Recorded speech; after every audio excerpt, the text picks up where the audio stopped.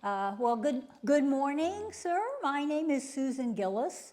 We are here at the Boca Raton Historical Society. Today is January 6th of 2025, my goodness. And I am here with Mr. Juan Rionda, who is a retired, a long-time employee of IBM Boca Raton, and that's what we're going to be talking about today. So to begin with, Mr. Rionda, please say and spell your name for us. My name is Juan Rionda, J-U-A-N-R-I-O-N-D-A. And sir, you tell us briefly about your career with IBM. Where did it start and how long did it last? I started with IBM in Poughkeepsie, New York, in July of 1964. And I was there in that location for 3 years when I moved to Boca Raton in June of 1967 as an industrial engineer. I was one of the first ones to come to the IBM facility in Boca, and I started doing layouts for the first buildings that we occupied in Boca Raton, Florida, and I progressed in the manufacturing area, going through all the different functions, procurement and production control, manufacturing engineering, etc., until I became the plant manager in the 80s. And after I became the plant manager, I then went to Atlanta, Georgia, where we had our headquarters for the division that Boca Raton belonged to. And after a year and a half there, I came back to Boca Raton as the plant manager, like in 1985. After a couple of years as plant manager, the manufacturing piece portion of the Boca Raton facility was moved to Raleigh, North Carolina. And so I moved to the Latin American division, which had its headquarters in Fort Lauderdale, Florida. And then after 1 or 2 years of that, it moved to Miami, Florida. I moved to Raleigh, North Carolina to work in the manufacturing facility in Raleigh for a couple of years. And then I came back to Boca Raton to again work in the Latin American office. I retired from IBM in 2002 here in South Florida. That's it. Very good. For IBM, Yes, sir. So a real, very, very long career, and you proverbially moved around a bit as well, I can hear. Correct. So you were there when IBM Boca Raton really got started. Correct. In 1967, as a matter of fact, I started doing the layout out of a motel in Boca Raton, in the Howard Johnson motel, because we didn't have any other buildings. We didn't occupy any other buildings in the summer of 1967. We first opened up the first leased building, manufacturing building, in September of 1967, and we moved the System 360 Model 20 out of San Jose, California. And Boca Raton became the facility that was going to handle the low end of the computers that IBM would provide to the customers. So, can you tell us a little bit about why Boca Raton was chosen as a site of a IBM manufacturing center? There were 4 reasons for that decision. First, it was the colleges that were around Boca Raton that provided engineering degrees, which IBM was hoping to hire, in the future. One college was the Miami University.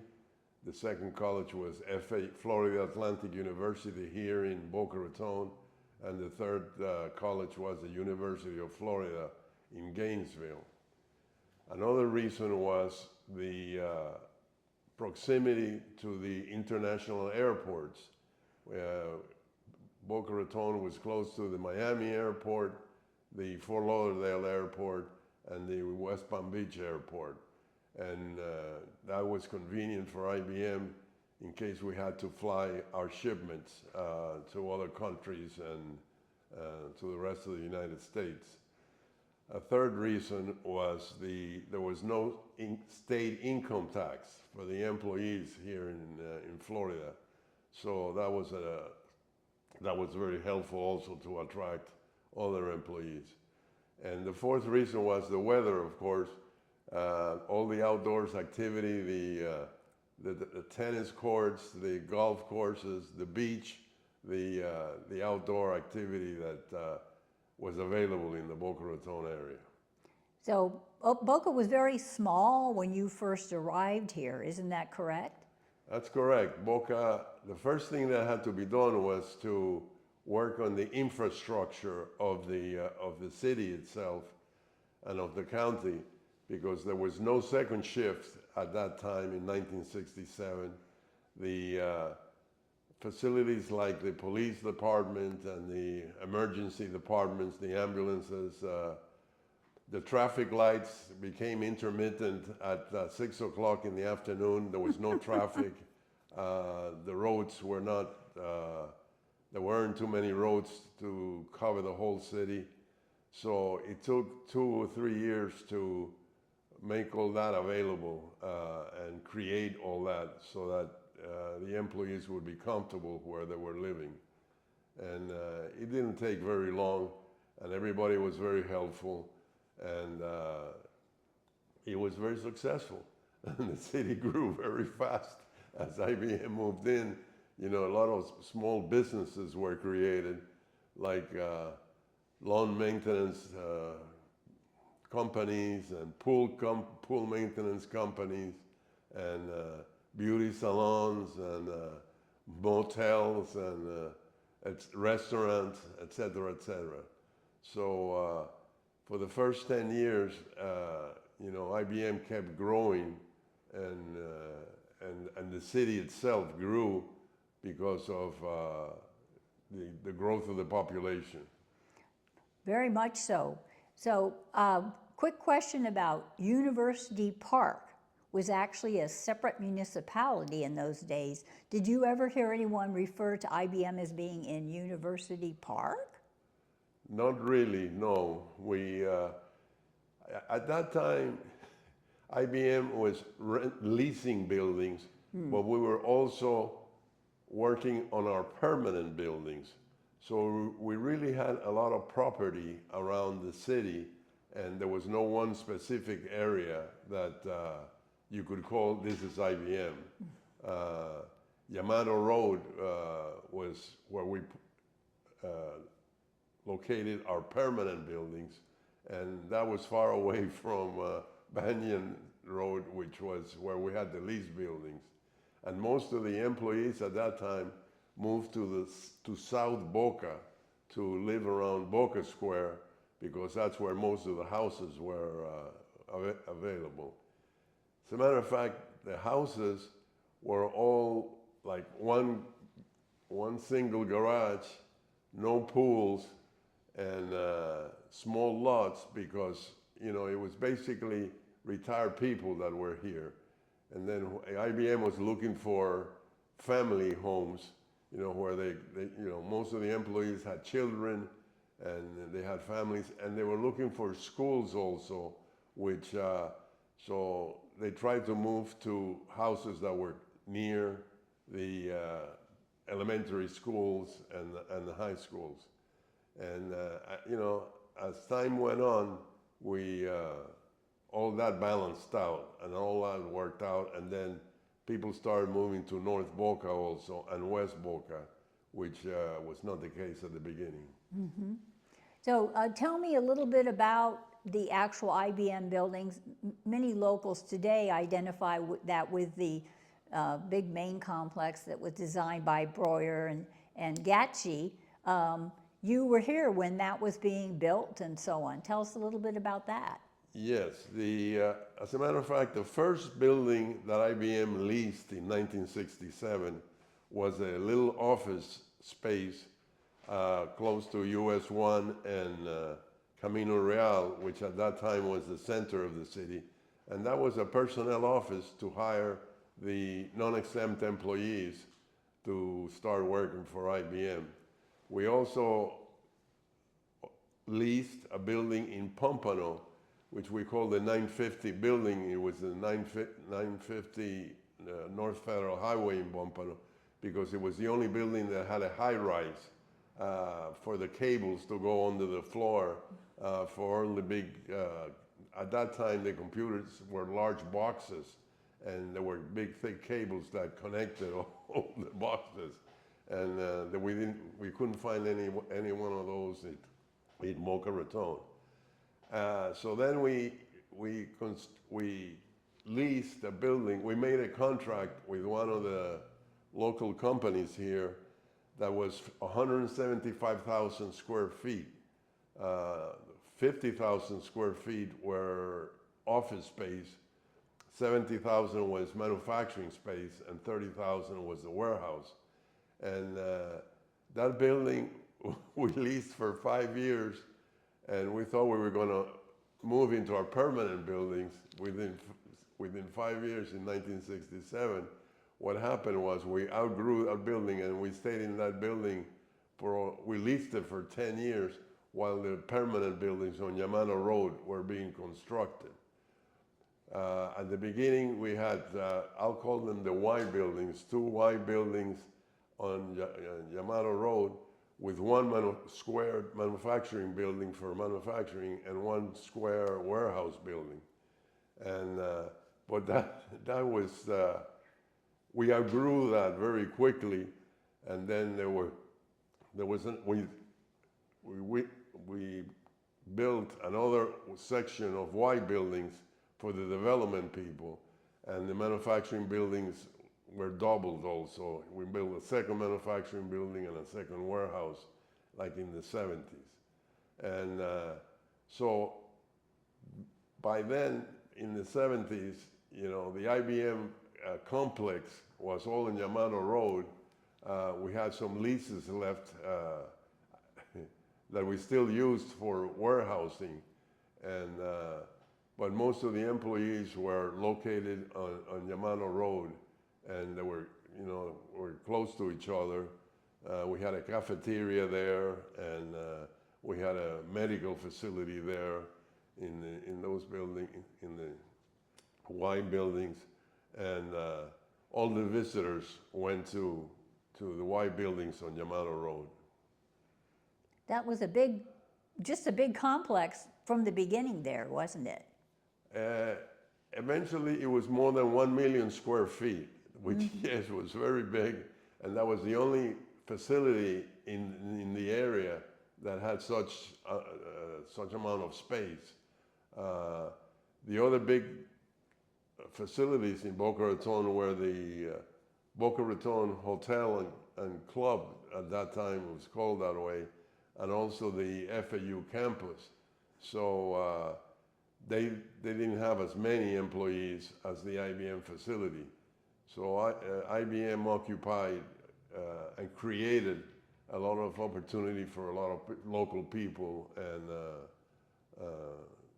we were very successful for the first 20, 30 years. Absolutely. What an impact on the community, as you mentioned earlier. Correct. So manufacturing was the focus of the IBM campus in the beginning, is that correct? In 1967, when we announced the facility, it was announced as a manufacturing facility. But very shortly after that, 3 months later, the development portion was also announced, because to develop the same products that we were manufacturing. So the System 360 Model 20 development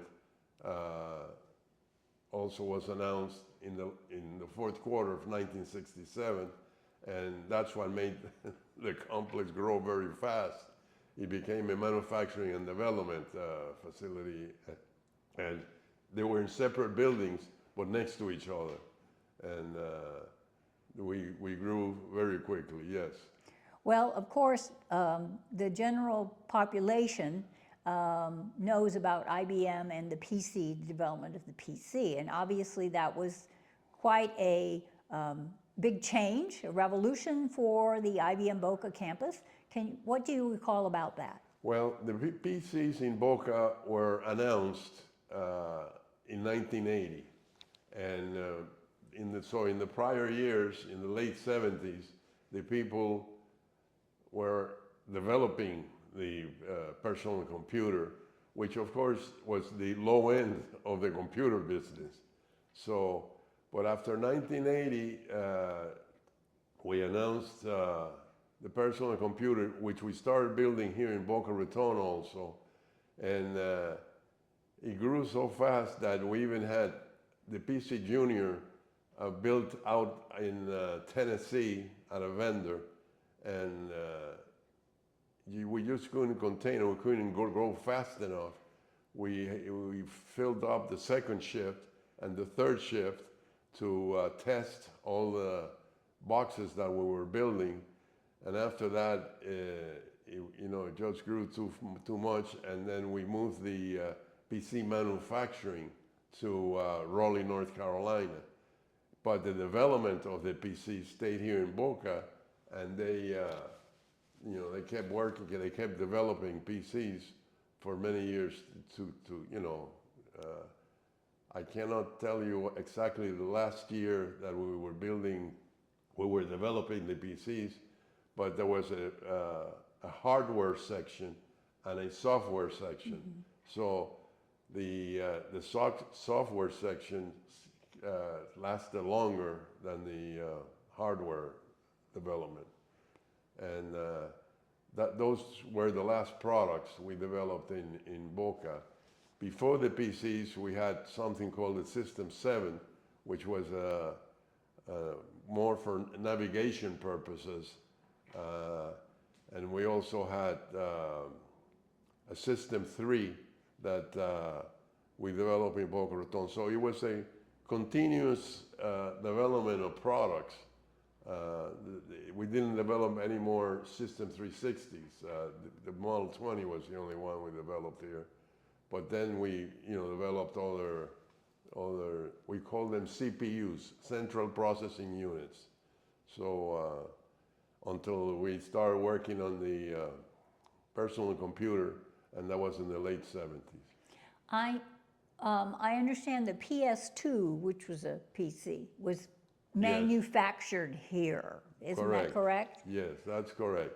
There were very models of the personal computer that were developed here, but the PS2 was,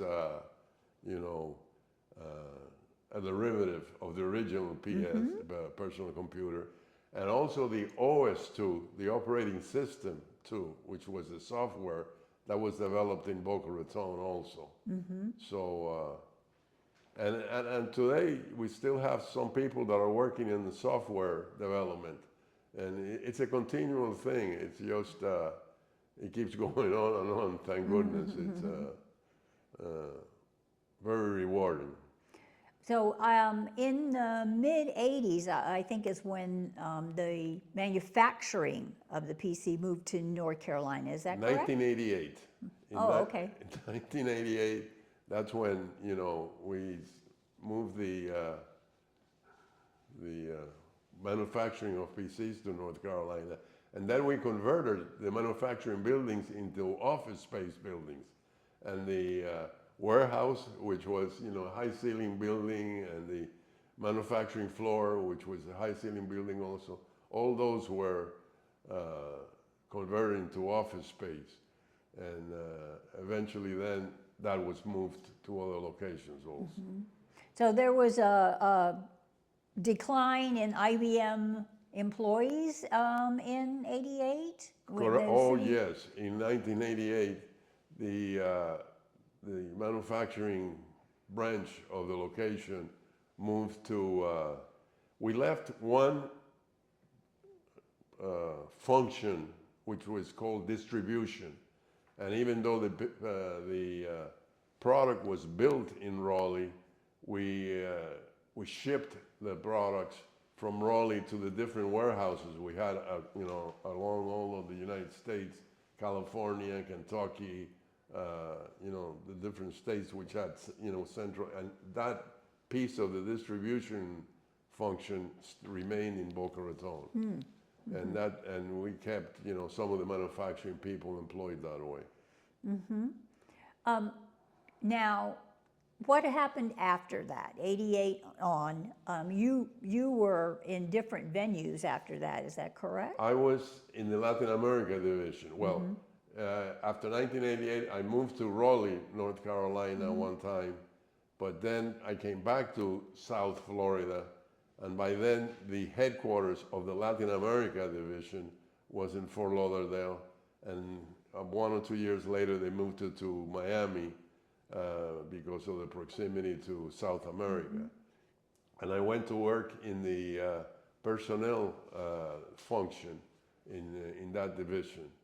And I traveled to South America quite a bit, knowing Spanish, I could, and knowing the culture.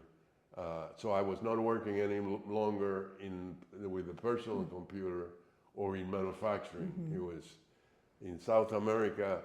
We had 2 locations that also built the PC, the personal computer. One in Guadalajara, Mexico, and one in Sumaré, Brazil. So I did visit and I traveled to those 2 plants to see how they were doing and help out with the efficiency of the process and so forth. But eventually then I just moved into the personnel function, and I tried to balance out all the employees among all the countries. Some countries had too many engineers and too few salespeople, and vice versa. And so that was what I was doing, balancing all the work between the countries in South America and Central America.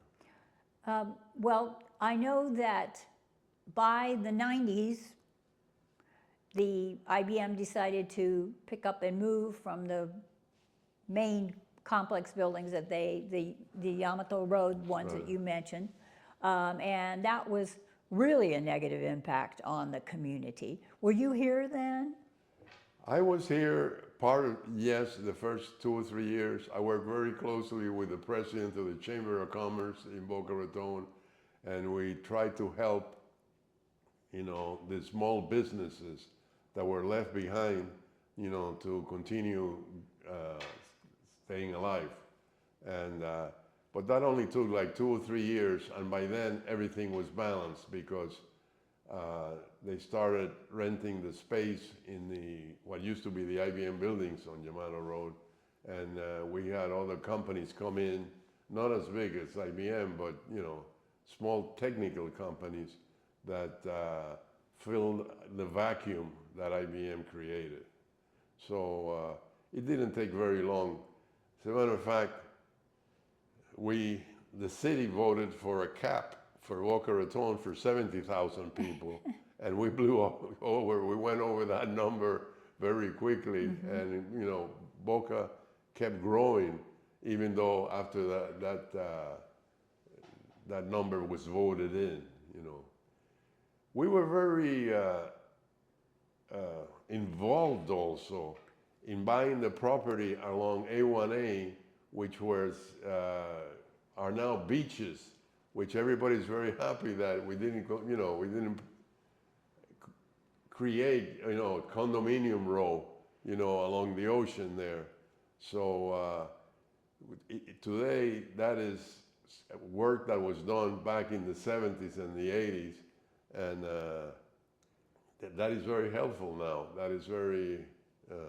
That's a very positive thing about Boca Raton. When you say we, do you mean IBM helped invest in those properties? Yes, it was IBM, and the hospital also was growing by then, and there were other large, FAU was also growing in size, and it was really a community effort, to buy that land and make it a beach, so that we can all enjoy it now.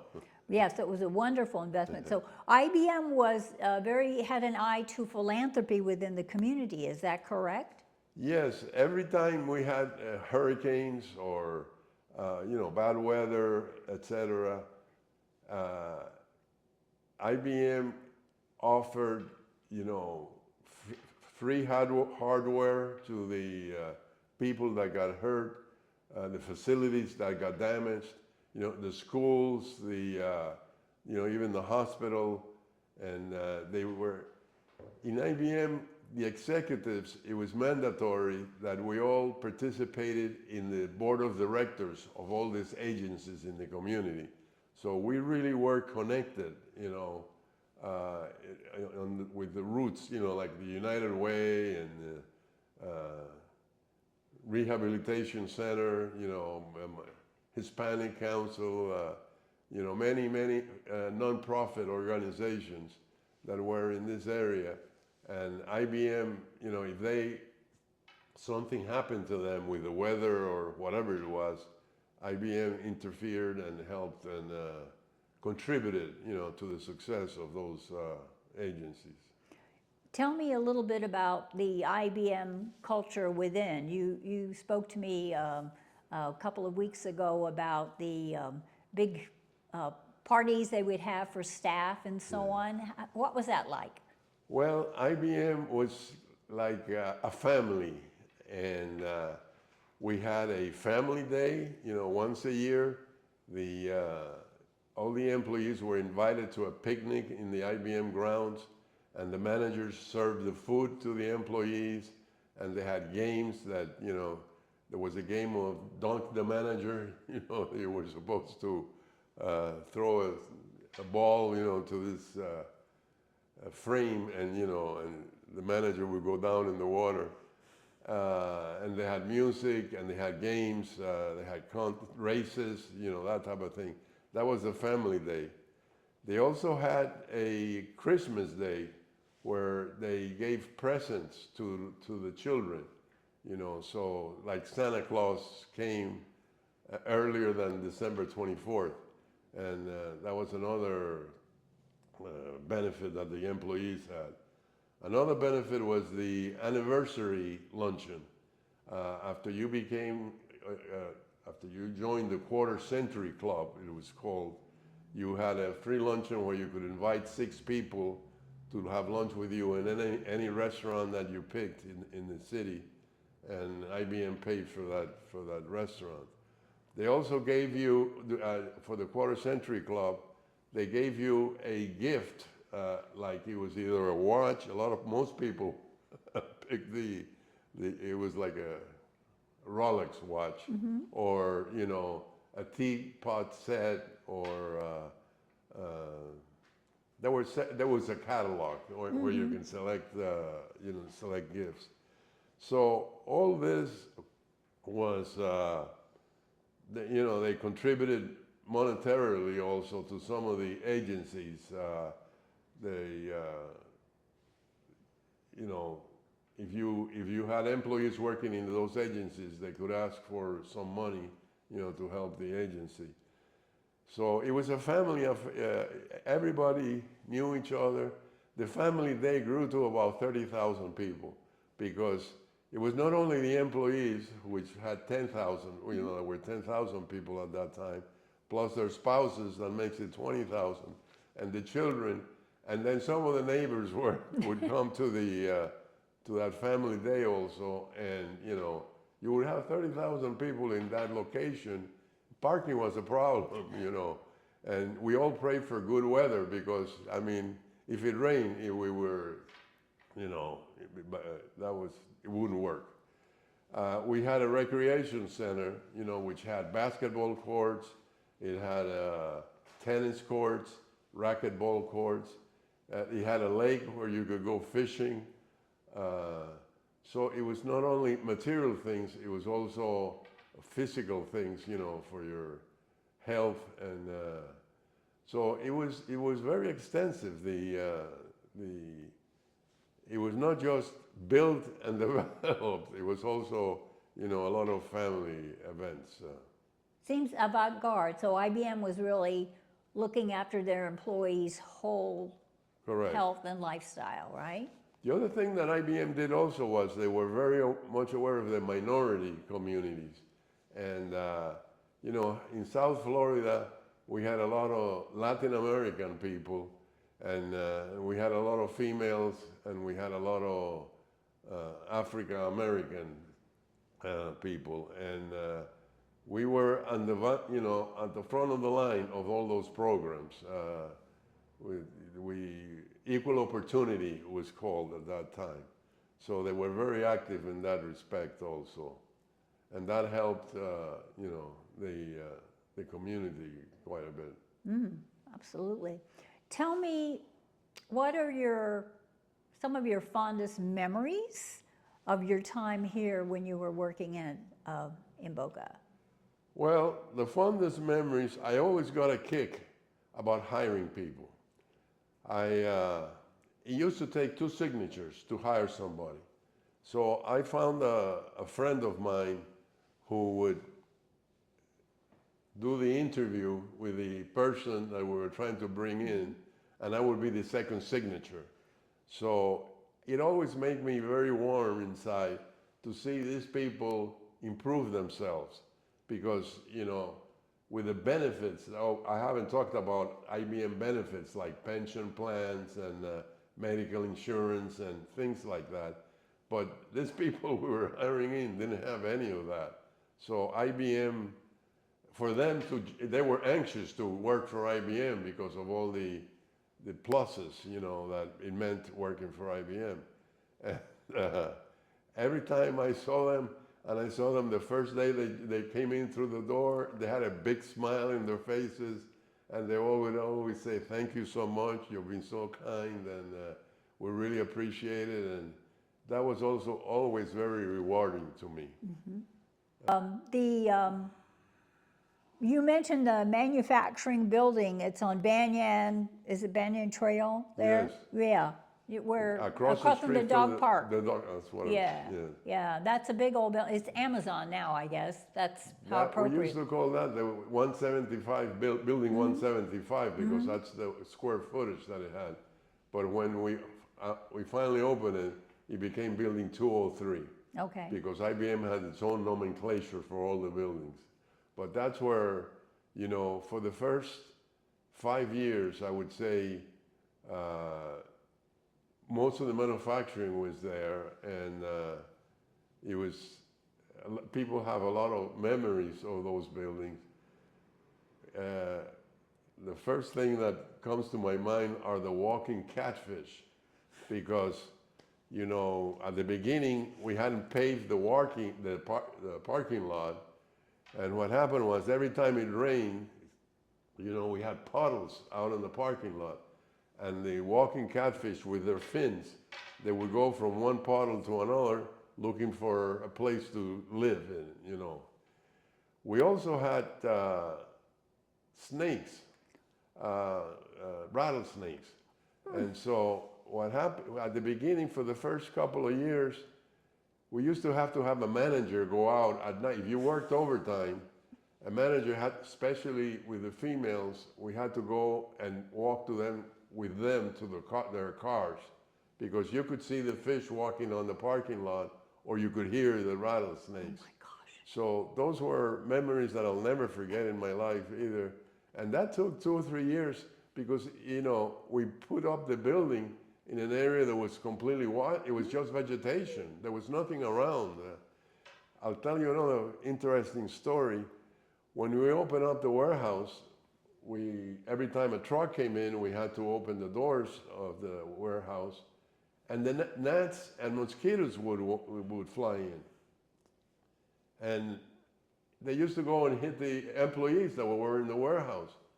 So after a while, the people didn't want to work there in the building, because it says this is very uncomfortable.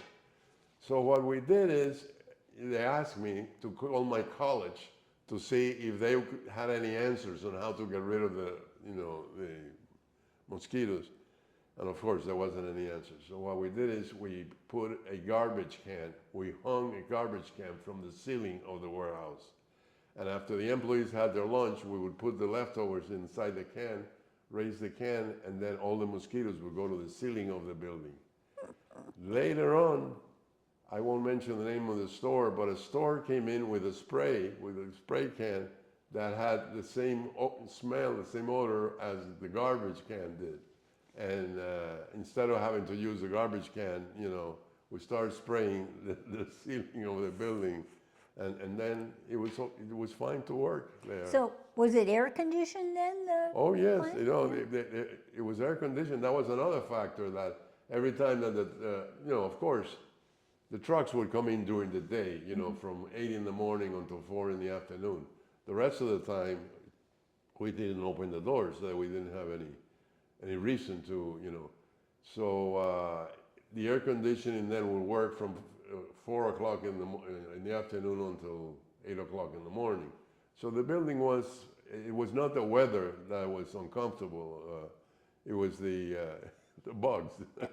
Fascinating. So there were little things like that we learned the hard way. We never suspected that, When we moved the product from San Jose over here, they didn't have any of those problems, in the parking lot or the bugs or what have you. Yeah.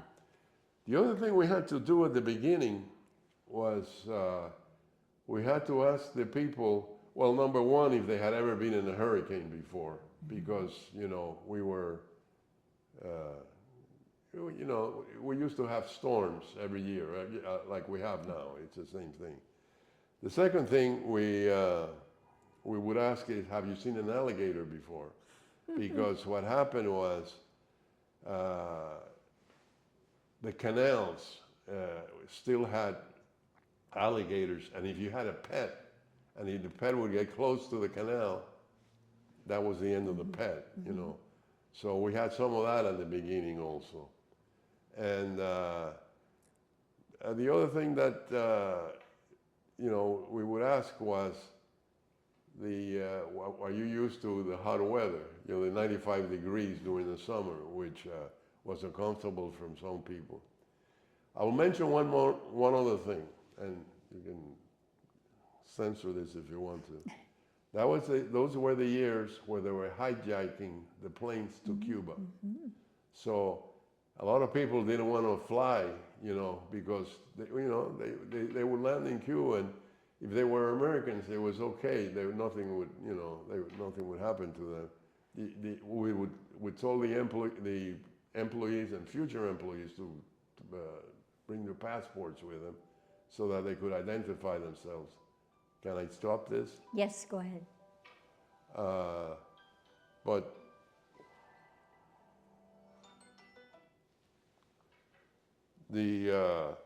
so there were many factors that we were not able to predict, and the interviews. I'll mention this also.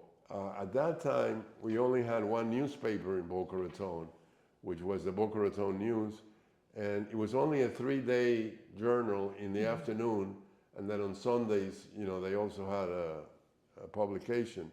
But there was no real estate section in those newspapers. So when you came house hunting here, it was word of mouth, Nobody knew. You had to go to a real estate agent to know what was available, which there were very, very few homes available for sale, and where to live, where were the schools and all that. So that was a problem also. At that time, there were no smartphones. There were no, in 1967. So what would happen was, it took 3 days to get a phone installed. Demand and supply. There had been not a lot of demand. So when you came house hunting, what would happen is the people who was going to work for IBM would come in and try to help out with the move and all that, and the spouse would stay, house hunting, but they couldn't communicate with each other, because there was no funds. So people had to take vacation time, and IBM really wasn't forceful on that. They gave them business time off also. And of course, the spouses would always ask, well, if I get sick, where do I go? You know, there was no hospital here at that time. The Boca Hospital started also in 1967 with the first floor. So that was another question that, you know, when you came house hunting, you would ask, you know, well, how do I live close to a medical facility? The other question was, where are the stores? There were no malls, you know. We would have to go down to Fort Lauderdale to, that was the closest mall that we had. After a few years, the Pompano Fashion Square opened up, and that was, you know, the next closest. The third, you know, after another couple of years, then the Boca Raton, the town center opened up around 1980. The thing to do in Boca at that time was to, as an example, Sears didn't have any stores, but it had a catalog location. So the spouses would go to the catalog office, get a catalog, they would order what they needed, Sears would ship it to the catalog office, and then the spouses would go to there was no delivery home, okay? So that was a meeting place for the spouses. And that's where they, you know, gathered to compare notes of what they were doing and what have you. In those days, in 1967, televisions still had the bulbs. There were no transistors, and the thing to do when your television didn't work, you didn't call a technician. There was a technician. There were so few technicians. Most of the technicians went to work for IBM, so, you know, to fix a television set, you would go to Eckerd's. At that time was the drugstore. And they had a whole area with all the tubes. And what you did when your television set didn't work, you would take all the tubes out of the TV set, take them to the Eckerd store, and try out to see which is the tube that wasn't working, until you find out, oh, this is dead, so I have to buy one of these. And that's how you fix the television set, and a lot of the appliances, by the way. Like I said, there were not many technicians, you know, to work on your appliances at home.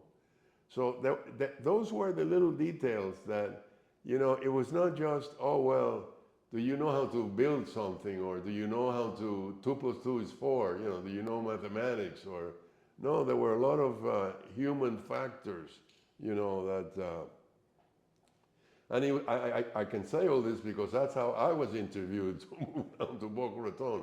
They asked me all those questions, you know, have you been in a hurricane? Do you like, you know, is alligators okay? Is the weather okay? You know, 95-degree weather. And I said, yeah, I was, you know, really anxious to come down here. My family was still in Miami. So I had no problems with the questions that I got asked, but a lot of people, we found out that the people either immediately said yes to come down, or immediately they say no, we don't want any part of that. And that was another fact. You know, what I'm trying to say is that instead of interview, if we needed 10 people, we could not only interview 10 people to take those jobs, we had to interview maybe 20 or 30, you know, because, you know, we were having some fallouts. It was really still a frontier here. Yes, You were pioneers. It really was. That's why I say I like to use the word infrastructure. You know, there was no, I mean, for instance, and now I'm getting very specific, Yamato Road didn't go east to west. The railroad tracks, you know, were there at that time where Tri-Rail goes now. And they had barriers on both sides of the railroad track, and the barriers didn't move. And, you know, so you couldn't cross Yamato Road. The other thing that would happen is that, you know, those railroad tracks went down into Camino Real and Palmetto and Glades, and there were no barriers. So you had to you had to have your ears open that there was not a horn saying, woo, woo, here I come, you know, don't get out of my way, you know. So it was very interesting to drive also. And again, some of the... How did you physically get across the tracks at At Yamato? To the west side, to the west side of the tracks. Oh, we went down to Palmetto or to Glades. That far south, huh? This is the reason why Boca Square was full of IBMers at the beginning, because there was no, to live close to Yamato, it would take forever, if you lived on the east side of the railroad tracks. Okay. You couldn't go across, you see. Yeah. So you would go, if you picked a house up there, you would have to go all the way down to Glades and then cross and Glades. It was close, but it wasn't close because you had to go south to come back north. Yes. And then did you go up Military?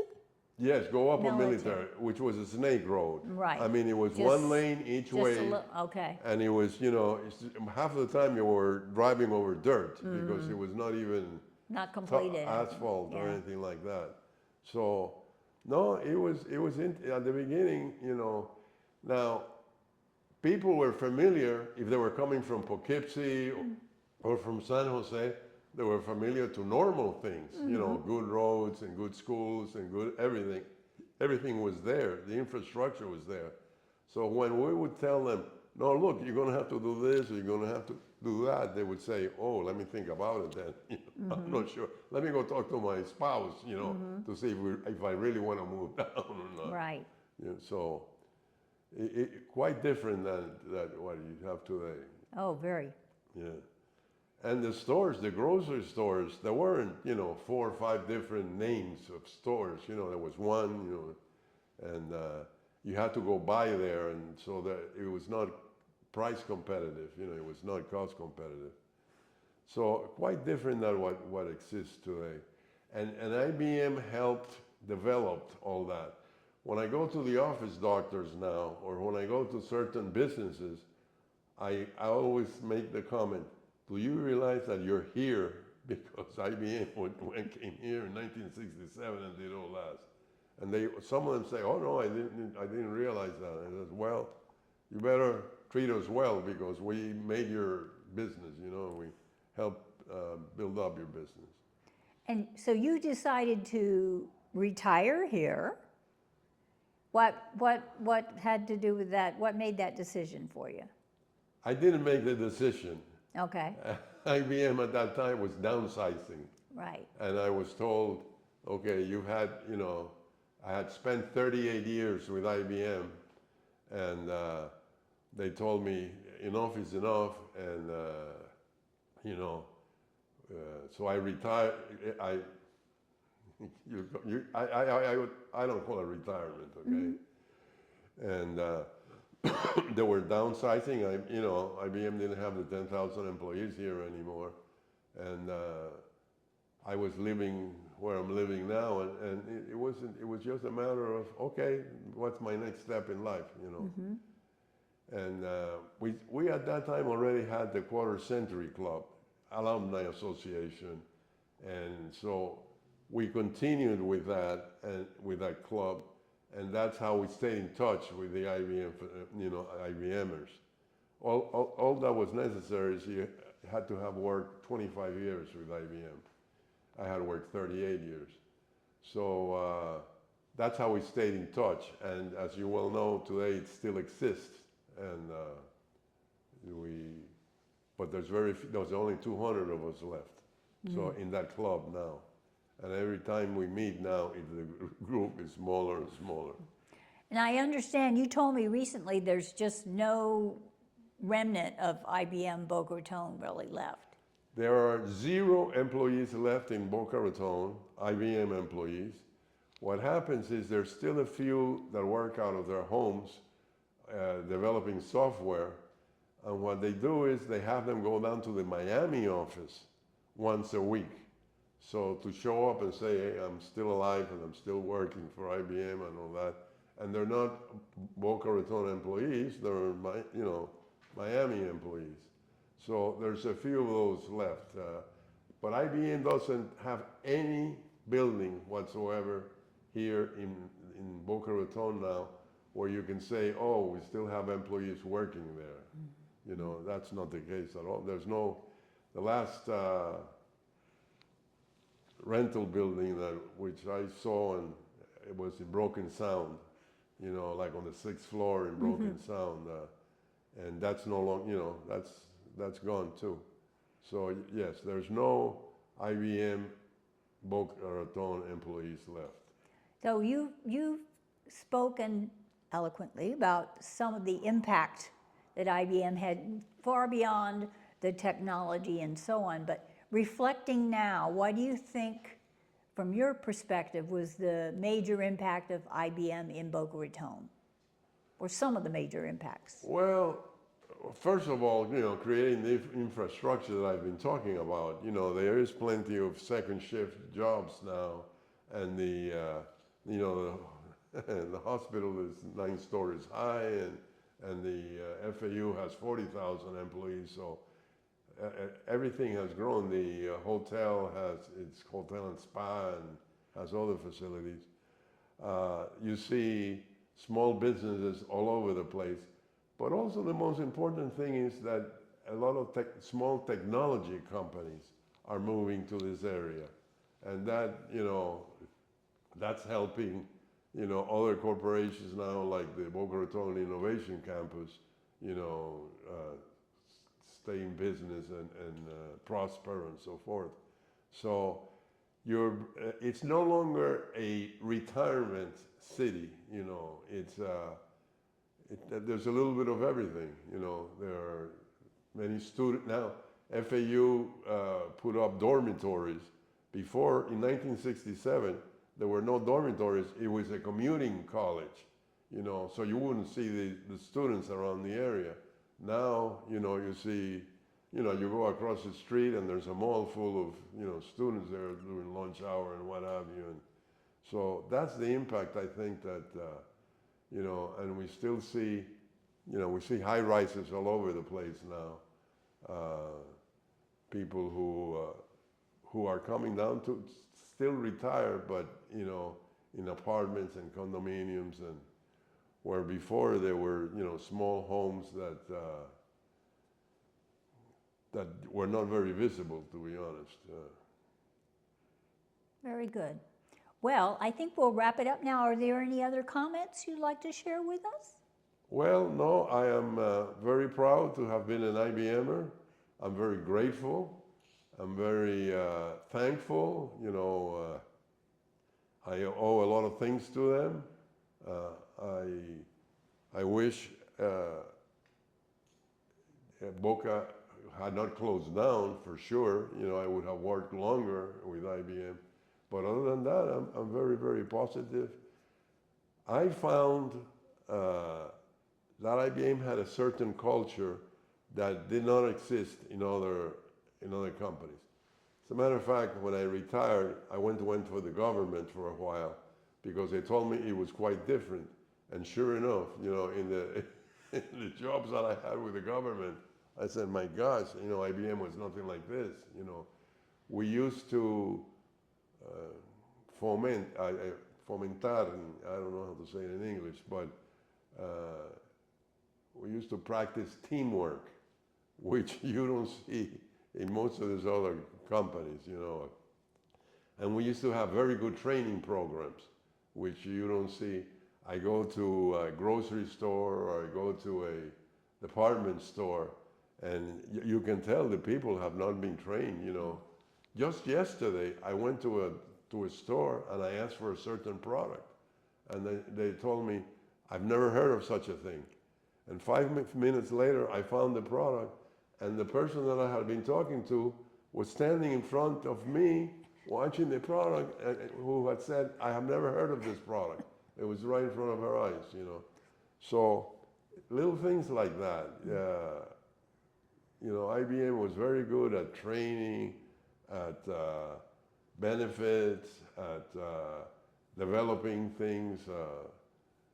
I have not found, I compare it to I only have one brother, and he also worked in a big, large company, and we compare notes, and no, he didn't have all these practices that I've been talking about, that IBM had. So, and that was all due to one, I'm going to mention it, one big family, Tom Watson, the Watson family. And they were just excellent. And he was down here when we announced the site, he was here with the governor, and then he was just, and his brothers were in, one of his brothers was in the international division at the World Trade. They used to have a division called World Trade. And they were very nice people, That's Watson Jr. you're talking about, right? Yes, yes. So that's my summary, I guess. Very good. Well, thank you so much, Juan. It was You're a pleasure welcome. talking with you. Thank you for sharing with this for posterity, and we're going to close it down now.